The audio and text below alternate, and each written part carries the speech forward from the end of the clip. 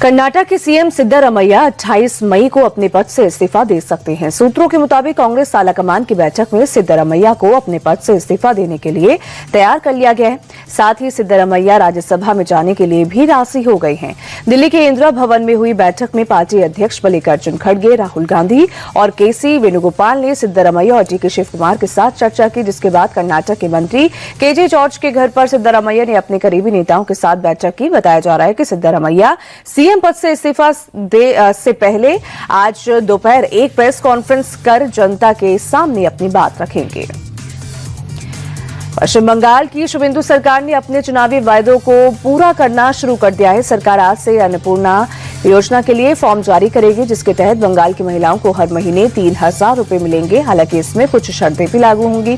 CM Suvendu ने साफ कर दिया है कि किसी भी सामाजिक योजना को बंद नहीं किया जाएगा। ममता सरकार में शुरू हुई मां कैंटीन चलती रहेगी, बल्कि अब इसमें हफ्ते में 2 दिन 5 रुपए में भरपेट मछली चावल भी मिलेगा। सीएम शुभेंदु ने ऐलान किया है कि राज्य में अब स्कूल, कॉलेज और धार्मिक स्थलों के लिए 1 किलोमीटर के दायरे में शराब की दुकानें नहीं होंगी। भारत ने चीन और पाकिस्तान के ज्वाइंट स्टेटमेंट में जम्मू कश्मीर का जिक्र आने पर अब कड़ी आपत्ति जताई है। विदेश मंत्रालय के प्रवक्ता रणधीर जायसवाल ने कहा कि जम्मू कश्मीर भारत का अभिन्न अंग है। किसी दूसरे देश को इस मामले पर टिप्पणी करने का कोई अधिकार नहीं। दरअसल पाकिस्तानी पीएम शहबाज शरीफ की चीन यात्रा के दौरान जारी एक ज्वाइंट स्टेटमेंट में कहा गया कि पाकिस्तान ने चीन को जम्मू कश्मीर की हालिया स्थिति बताई। इस पर चीन ने कहा कि यह विवाद पुराना है और इसे यूएन चार्टर सुरक्षा परिषद के प्रस्तावों और द्विपक्षीय समझौतों के अनुसार शांतिपूर्ण तरीके से हल किया जाना चाहिए। देश में डेमोग्राफिक बदलाव को लेकर अब मोदी सरकार ने हाई लेवल कमेटी का गठन किया। रिटायर्ड जस्टिस प्रकाश प्रभाकर नावलेकर की अगुवाई में बनी कमेटी घुसपैठ और दूसरे असामान्य कारणों से पूरे भारत में हो रहे डेमोग्राफिक चेंज का मूल्यांकन करेगी। इस कमेटी का ऐलान करते हुए गृह मंत्री अमित शाह ने घुसपैठ और दूसरे कारणों से हो रही डेमोग्राफिक चेंज को देश के वर्तमान और भविष्य के लिए बड़ी चुनौती बताया। शिक्षा मंत्री धर्मेंद्र प्रधान ने सीबीएसई गेटवे पेमेंट को लेकर 4 बैंकों के अधिकारियों के साथ बैठक की। धर्मेंद्र प्रधान ने बैंकों को स्टूडेंट्स फ्रेंडली इकोसिस्टम बनाने के निर्देश दिए। धर्मेंद्र प्रधान ने नया और सुरक्षित पेमेंट गेटवे सिस्टम बनाने को कहा, जिससे आवेदन के दौरान छात्रों के पैसे बीच में न फंसे, साथ ही ट्रांजैक्शन फेल होने पर समस्याओं का तुरंत समाधान हो सके।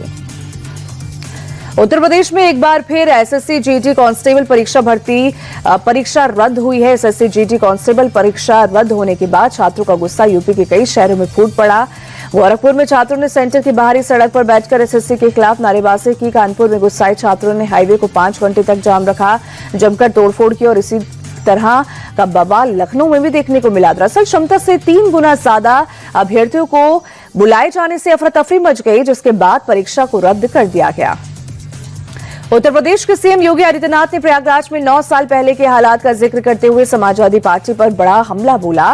सीएम योगी ने कहा कि प्रयागराज आज तीर्थों का राजा है, लेकिन 9 साल पहले यहां भय और आतंक का माहौल बना हुआ था। अराजकता और आतंक का माहौल था, गुंडे तांडव करते थे, लेकिन अब प्रयागराज आतंक, माफियागिरी और गुंडागर्दी से मुक्त हो चुका है। बहन बेटी हो या व्यापारी, सब सुरक्षित है। दिल्ली के अमर कॉलोनी में बीती रात एक फूड पॉइंट पर 17 साल के एक नाबालिग छात्र को गोली मार दी गई। गंभीर रूप से घायल छात्र का एम्स में इलाज चल रहा है। सीसीटीवी में फायरिंग के भागते हुए तीनों आरोपी नजर आ रहे हैं। बताया जा रहा है कि नाबालिग छात्र अपनी एक महिला मित्र के साथ फूड पॉइंट पर खा रहा था, तभी पास के टेबल पर बैठे 3 युवकों के साथ किसी बात पर कहासुनी हो गई। विवाद बढ़ने पर एक युवक ने छात्र के सिर पर गोली मार दी और तीनों मौके से फरार हो गए। फायरिंग करने वाला आरोपी भी पीड़ित छात्र के स्कूल का ही छात्र था। पुलिस आरोपी युवकों की शिनाख्त और तलाश में जुटी है। पूर्वी दिल्ली के हजूरी खास इलाके में बीती रात एक अपराधी की गोली मारकर हत्या कर दी गई। पुलिस के मुताबिक रात 8 बजे 23 साल के राजा मेवती उर्फ अक्की पर 3 राउंड फायरिंग की गई। गंभीर रूप से घायल राजा मेवती को जेपीसी अस्पताल लाया गया, जहां डॉक्टरों ने उसे मृत घोषित कर दिया। राजा मेवती पर पहले से कई आपराधिक मामले दर्ज हैं। पुलिस आपसी रंजिश और गैंगवॉर के एंगल से मामले की जांच कर रही है। फोरेंसिक टीम ने मौके से कई सबूत भी जुटाए, तो वहीं पुलिस हमलावरों की शिनाख्त और तलाश में सीसीटीवी फुटेज भी खंगाल रही है। यूपी के मेरठ में हिस्ट्री शीटर की संपत्ति को पुलिस ने सील कर दिया है। पुलिस की टीम ने मुनादी कराकर बदमाश के खिलाफ कार्रवाई की और इस दौरान पूरे इलाके में पुलिस बल की तैनाती की गई थी। पुलिस ने करीब 3 करोड़ की संपत्ति को जब्त कर लिया। कार्रवाई के दौरान आसपास भारी भीड़ जमा हो गई। आरोपी हिस्ट्री शीटर पर कई मुकदमे दर्ज हैं। इस दौरान मौजूद पुलिस ने अपराधियों को कार्रवाई के जरिए सख्त संदेश दिया। लखनऊ के ठाकुरगंज इलाके में नवविवाहिता की संदिग्ध हालत में मौत हो गई। 29 वर्षीय श्वेता सिंह का शव ससुराल में फंदे से लटका मिला। परिवार वालों ने ससुराल पक्ष पर दहेज के लिए उत्पीड़न और हत्या का आरोप लगाया। कुछ महीने पहले ही मृतका की शादी हुई थी। पुलिस ने मामला दर्ज करके जांच शुरू कर दी है। एमपी के सिवनी में चेकिंग के दौरान भड़के ड्राइवरों ने आरटीओ की गाड़ी में तोड़फोड़ की। नाराज लोगों ने पास में बनी एक टपरी में आग लगा दी। दरअसल चेकिंग के दौरान एक आरटीओ कर्मियों ने एक ट्रक ड्राइवर के साथ मारपीट की, जिसके बाद सैकड़ों ट्रक ड्राइवरों ने आरटीओ कर्मी पर एक हमला बोल दिया। माहौल बिगड़ता देख आरटीओ कर्मचारी सुरक्षित जगह पर चले गए। मौके पर पहुंची पुलिस की टीम ने ट्रक ड्राइवरों को समझाने की कोशिश की, लेकिन ड्राइवर लगातार हंगामा करते रहे। मुंबई के रिहायशी इलाके में बांग्लादेशी महिला के साथ ड्रग फैक्ट्री चलाने वाला आरोपी को पुलिस ने गिरफ्तार किया। आरोपियों के पास से करीब 50 करोड़ की कीमत की ट्रक, पिस्तौल और जिंदा कारतूस बरामद किया गया। पुलिस ने आरोपियों को कोर्ट में पेश किया, जिसके बाद अदालत ने 3 जून तक पुलिस कस्टडी में भेज दिया। साथ ही संदिग्ध बांग्लादेशी महिला के डॉक्यूमेंट्स की जांच भी की जा रही है। पुलिस को कई और लोगों के भी शामिल होने की आशंका है। राजस्थान के जोधपुर में बदमाशों के हौसले बुलंद है। बदमाशों ने चाय की दुकान चलाने वाले शख्स के साथ दिन दहाड़े जमकर मारपीट की। कई लोग एक साथ चाय दुकानदार को पीट रहे थे और बदमाशों ने मारपीट के बाद रात को भी जमकर तांडव मचाया। चाय दुकानदार को घर से निकालकर दोबारा मारपीट उसकी की। घटना का वीडियो सोशल मीडिया पर वायरल होने के बाद एक्शन में आई पुलिस मौके पर पहुंचकर जांच में जुट गई है। राजस्थान के जोधपुर में आधी रात को बदमाशों ने जमकर उत्पात मचाया। बदमाशों ने शहर के कई अन्य इलाकों में भी रात के अंधेरे में गाड़ियों में तोड़फोड़ की। बदमाशों ने लाठी डंडों और लोहे के रॉड से घर के बाहर खड़ी गाड़ियों में जमकर तोड़फोड़ की। शहर में एक ही रात 2 इलाकों में तोड़फोड़ के बाद सुरक्षा व्यवस्था पर सवाल खड़े हो रहे हैं। पुलिस सीसीटीवी के आधार पर आरोपियों की तलाश में जुट गई है। राजस्थान के अलवर में होटल मैनेजर से जमकर मारपीट की तस्वीर सामने आई है। बताया जा रहा है कि एक शख्स खाना खाने के बाद पैसे मांगने पर गाली गलौज करने लगा, जिसके बाद आरोपी शख्स ने अपने साथियों को बुलाकर होटल मैनेजर के साथ जमकर मारपीट की। आरोपियों ने लात घूंसों और डंडों से मैनेजर की पिटाई की। होटल में लोगों ने तोड़फोड़ की और होटल में मौजूद कर्मचारियों ने बीच बचाव कर होटल मैनेजर को छुड़ाया। आरोपियों ने जाते जाते मैनेजर को जान से मारने की भी धमकी दी। राजस्थान के अलवर में दिल्ली मुंबई एक्सप्रेसवे पर सड़क हादसे में 3 लोगों की मौत हो गई। एक शख्स गंभीर रूप से घायल है। घायल शख्स के मुताबिक ड्राइवर को झपकी आने से यह हादसा हुआ। अनियंत्रित होकर सड़क किनारे खड़े ट्रक में कार पीछे से जा घुसी। टक्कर के बाद कार के परखच्चे उड़ गए। घटना के बाद पुलिस और NHAI की रेस्क्यू टीम मौके पर पहुंची और कार में फंसी डेड बॉडी को बाहर निकाला। हादसे में घायल शख्स को अस्पताल पहुंचाया गया, जहां उसका इलाज किया जा रहा है। बताया जा रहा है कि चारों लोग मध्य प्रदेश से काम के बाद पंजाब अपने घर लौट रहे थे। यूपी के गोंडा में 2 पक्षों में जमकर मारपीट की तस्वीर सामने आई। जमीनी विवाद में दोनों पक्ष एक दूसरे के साथ मारपीट करने लगे। दोनों तरफ से लाठी डंडों से हुई मारपीट। हंगामे की जानकारी मिलने के बाद मौके पर पहुंची पुलिस ने हालात नियंत्रण में किया। पुलिस दोनों पक्षों को थाने लेकर पहुंची। पुलिस ने दोनों पक्षों पर मारपीट और हंगामा को लेकर कार्रवाई की। मारपीट का वीडियो आसपास मौजूद लोगों ने बनाकर सोशल मीडिया पर पोस्ट कर दिया। उत्तर प्रदेश के हरदोई में सड़क हादसे की दर्दनाक तस्वीर सामने आई है, जहां एक बोलेरो ने सड़क पर जा रहे एक बाइक सवार शख्स को सामने से टक्कर मार दी। टक्कर इतनी तेज थी कि बाइक सवार हवा में उछलकर सड़क पर गिर गया। हादसे के बाद आसपास के लोग उसके पीछे दौड़े, जिसके बाद ड्राइवर ने घायल शख्स को रौंदते हुए फरार हो गया। घायल शख्स को लोगों ने अस्पताल पहुंचाया, लेकिन डॉक्टरों ने उसे मृत घोषित कर दिया। बताया जा रहा है कि बाइक सवार शख्स पेशे से टीचर थे और जनगणना के काम में लगे हुए थे। शिक्षक की मौत की खबर से परिवार में मातम छा गया। पटना में गंगा नदी में डूबकर 3 लोगों की मौत हो गई। बताया जा रहा है कि समर नाम का एक लड़का अपने 2 दोस्तों के साथ गंगा स्नान करने गांधी घाट पहुंचा था। नहाते समय समर गहरे पानी में चला गया और डूबने लगा। उसे बचाने के लिए उसके दोनों साथी भी नदी में कूद पड़े, लेकिन वो भी तेज बहाव की चपेट में आ गए। इन तीनों को डूबता देख चंदन नाम के एक शख्स ने छलांग लगा दी, लेकिन वो भी नहीं बचा। अब तक 3 शव बरामद हुए हैं, जबकि चौथा लड़का अब भी लापता है। हिमाचल प्रदेश के सोलन के जंगलों में आग की विनाश लीला जारी है। जंगल में आग से बड़े पैमाने पर पेड़ों को नुकसान पहुंच रहा है। लगातार कई दिनों से लगी आग ने जंगल के बड़े हिस्से को बर्बाद कर दिया। मौके पर पहुंचे फायर ब्रिगेड और पुलिस की टीम लगातार आग बुझाने में जुटी है। जंगल आग से निकल रहे धुएं से पर्यावरण को नुकसान पहुंच रहा है।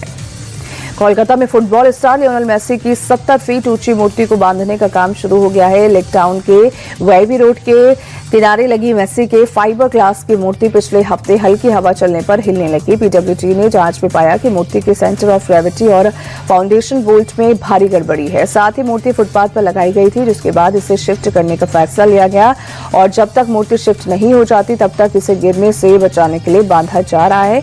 इस मूर्ति का अनावरण खुद मेसी ने पिछले साल दिसंबर में किया था। दिल्ली की रेखा गुप्ता सरकार ने बड़ा फैसला लिया है। राशन कार्ड के लिए सालाना पारिवारिक आमदनी की लिमिट 1,30,000 से बढ़ाकर 2.5 लाख कर दी है। राशन की धांधली को रोकने के लिए दिल्ली सरकार डिजिटल करेंसी जारी करेगी। ये करेंसी राशन कार्ड लाभार्थी के डायरेक्ट अकाउंट में जाएगी ताकि वो अपने ही करेंसी से राशन ले सके। पिछले दिनों सरकार ने 7,72,000 नाम राशन कार्ड से हटाए थे। अब उनकी जगह नए राशन कार्ड जारी किए जाएंगे। दिल्ली में बकरीद को लेकर सुरक्षा व्यवस्था कड़ी कर दी गई है। त्योहार को शांतिपूर्ण तरीके से कराने को लेकर पुलिस हाई अलर्ट पर है। बकरीद के अवसर पर दिल्ली पुलिस ने कई संवेदनशील इलाकों में फ्लैग मार्च निकाला। दिल्ली पुलिस के मुताबिक त्योहार पर कानून व्यवस्था बनाए रखने के लिए कई इलाकों में अतिरिक्त पुलिस बल की तैनाती की जाएगी। संवेदनशील इलाकों में पैरामिलिट्री की भी तैनाती की जाएगी। सीसीटीवी बैरिकेडिंग कर नजर रखी जाएगी और वहीं ड्रोन के जरिए भी संवेदनशील इलाकों में निगरानी की जा रही है।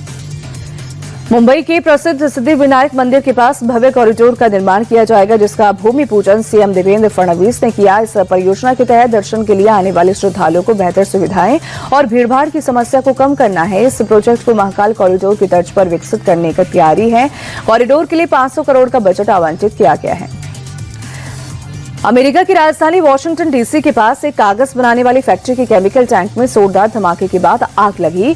ब्लास्ट में एक शख्स की मौत हो गई जबकि 9 लोग बुरी तरह से जख्मी हो गए। टैंक में ब्लास्ट से लगी आग पर करीब 4 घंटे की मशक्कत के बाद फायर फाइटर्स ने काबू पा लिया और राहत का काम जारी है। फायर फाइटर्स के मुताबिक धमाके से आम लोगों को किसी तरह का कोई खतरा नहीं है। हालांकि घायलों में कुछ ही हालत गंभीर बताई जा रही है। इजरायल ने बकरीद से पहले गाजा पर जबरदस्त हवाई हमला किया, जिसमें 3 फिलिस्तीनियों की मौत हो गई जबकि 12 लोग गंभीर रूप से जख्मी हो गए। इजरायली पीएम बेंजामिन नेतन्याहू के मुताबिक इजरायली सेना ने हमास के मिलिट्री विंग के नए कमांडर मोहम्मद ओदेह पर हमला किया, जो कि 7 अक्टूबर के हमास हमले के साजिशकर्ताओं में एक है। मोहम्मद ओदेह को पिछले ही सप्ताह पूर्व कमांडर इज अल दीन अल खदात की जगह हमास का कमांडर बनाया गया है। इजरायली वायुसेना के हमले में एक इमारत और कई गाड़ियां तबाह हो गई। दक्षिण कोरिया की राजधानी सियोल में दर्शकों पुराने ओवरपास के एक हिस्से के गिर जाने से 3 लोगों की मौत हो गई जबकि 3 लोग जख्मी हो गए। फायर ब्रिगेड अधिकारियों के मुताबिक ओवरपास की मरम्मत के दौरान मजदूरों ने हिस्से को धंसा हुआ पाया था, जिसकी जांच के दौरान हादसा हो गया। ओवरपास का मलबा गिरने से नीचे से गुजर रहे लोग दब गए। पुलिस ने ओवरपास के आसपास के इलाकों को पूरी तरह से सील कर दिया है। अमेरिकी स्पेस एजेंसी नासा ने चंद्रमा पर बेस बनाने की योजना का खाका तैयार कर लिया है। आर्टेमिस सेकंड के रिकॉर्ड तोड़ चंद्रमा परिक्रमा के महज 2 महीने के अंदर ही नासा ने चंद्रमा पर एक विशाल बेस तैयार करने के लिए लैंडर, रोवर और ड्रोन का ऑर्डर दे दिया है। नासा ने अपनी योजना को पूरा करने के लिए 4 अमेरिकी कंपनियों के साथ करोड़ों डॉलर का कॉन्ट्रैक्ट किया है। नासा की योजना बेस के लिए जरूरी सारा सामान 2028 में आर्टेमिस अंतरिक्ष यात्रियों की चंद्रमा पर उतरने से पहले वहां पहुंचाने की है। आईपीएल 2026 के एलिमिनेटर मुकाबले में आज राजस्थान रॉयल्स और सनराइजर्स हैदराबाद के बीच न्यू चंडीगढ़ में भिड़ंत होगी। मैच शाम 7:30 बजे शुरू होगा। लीग मैच में सनराइजर्स हैदराबाद ने तीसरे और राजस्थान रॉयल्स ने चौथे स्थान पर रहते हुए प्लेऑफ में जगह बनाई थी। अब दोनों टीमें करो या मरो के मुकाबले में आमने सामने होंगी। सनराइजर्स हैदराबाद का रिकॉर्ड आईपीएल प्लेऑफ में खराब रहा है। एसआरएच ने प्लेऑफ में अब तक कुल 14 मुकाबले खेले हैं, जिसमें से 6 में जीत और 8 में हार का सामना उन्हें करना पड़ा। आरसीबी की टीम गुजरात टाइटंस को 92 रनों से हराकर लगातार दूसरी बार आईपीएल के फाइनल में पहुंच गई है। आरसीबी ने कप्तान रजत पाटीदार की विस्फोटक पारी से 20 ओवर में 5 विकेट पर 254 रन बनाए। जवाब में गुजरात की टीम 19.3 ओवर में 162 रन पर ऑल आउट हो गई। गुजरात के पास अभी भी फाइनल में जाने का एक मौका है। टीम अब हैदराबाद और राजस्थान के बीच आज होने वाले एलिमिनेटर की विजेता टीम से शुक्रवार को क्वालीफायर 2 में भिड़ेगी।